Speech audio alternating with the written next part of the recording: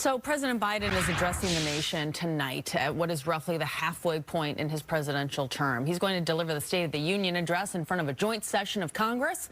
Joining us now to preview it is reporter Doug Luzader for us in Washington, D.C. this morning. Doug, good morning. You know, oftentimes the State of the Union gives the president kind of a chance to brag about his accomplishments. What do you think the president's going to highlight tonight?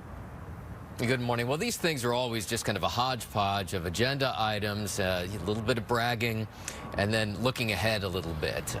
You know, in this instance, the president is not likely to spend a whole lot of time talking about an expansive legislative agenda.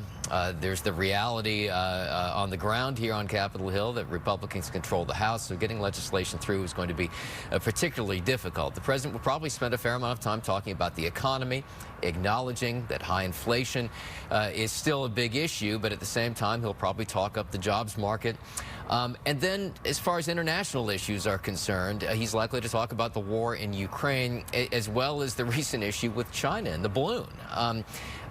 You know, how far he goes into that specifically isn't entirely clear, but he's likely to talk about the troubled relationship between the U.S. and China and what he intends to do in the years ahead here. And, you know, kind of overlaying all of this is the fact that he's getting closer and closer, we think, to announcing that he's going to make a run for re-election. So this is, in some ways, just kind of laying the groundwork for that announcement. Yeah, I'm interested to see what he says about this China-U.S. situation that's kind of popped up in the recent days here. I'm always interested to see, though, Doug, who does the Republican Party's response to the address, and we found out that it's going to be delivered by Arkansas Governor Sarah Huckabee Sanders. I mean, what do we expect from that, you think? Well, you know, these things are kind of generally offer a boilerplate of opposition. I think that there's probably going to be a lot of talk on the Republican side about the persistent issues with inflation. So that's an issue that's going to be kind of hit by both sides. And, you know, I think Republicans are probably going to talk a lot about the border and the crisis happening right now on the U.S. border with Mexico.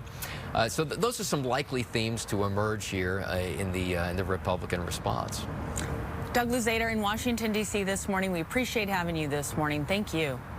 Thanks so much. And you can watch the president deliver that State of the Union speech right here on Fox 13. It starts at 6 p.m.